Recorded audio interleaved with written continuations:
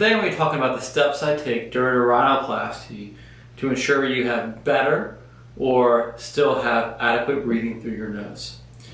Many times rhinoplasty is done for aesthetic or for looks reasons, but the nose clearly has an important function, which is breathing. And we breathe every day, all day long, and I want all my patients to be able to breathe for a long, long time, really, really well. So I take many steps during the procedure to ensure that that happens. The procedures that we do to improve breathing are: one is called a septoplasty. The septum is a layer of cartilage and bone that separates the right and left side of the nostril, and if it's deviated or off to one side, it can block the passageway. So what we'll do is we'll actually make some incisions inside the nose, we'll remove the blockage, and we'll open up the air by fixing the septum. Additionally, inside the nose, there's something called turbinates. And turbinates are tissues inside the nose, and sometimes if they are big, they will also block the airway.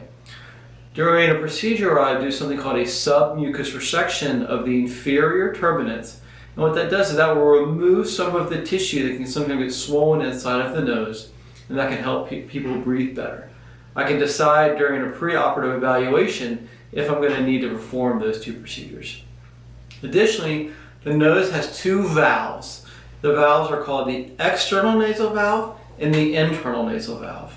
The external nasal valve is the actual entranceway into the nose, or some people just call the nostrils.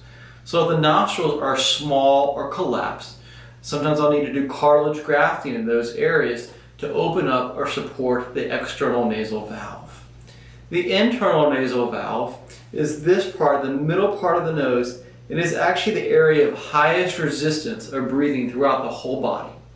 So if this area is narrowed, and I can also tell during a preoperative evaluation by doing some tests, then what happens, we'll need to widen this small area by putting some cartilage grafts right here in the nose.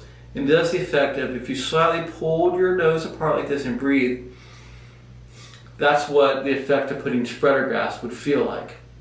Spreader grafts, they will open up the nose, they'll support the nose, and they'll ever so slightly widen this part of the nose.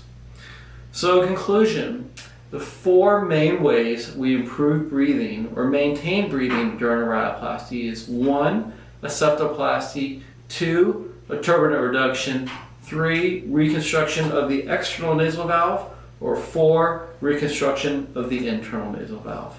Thank you.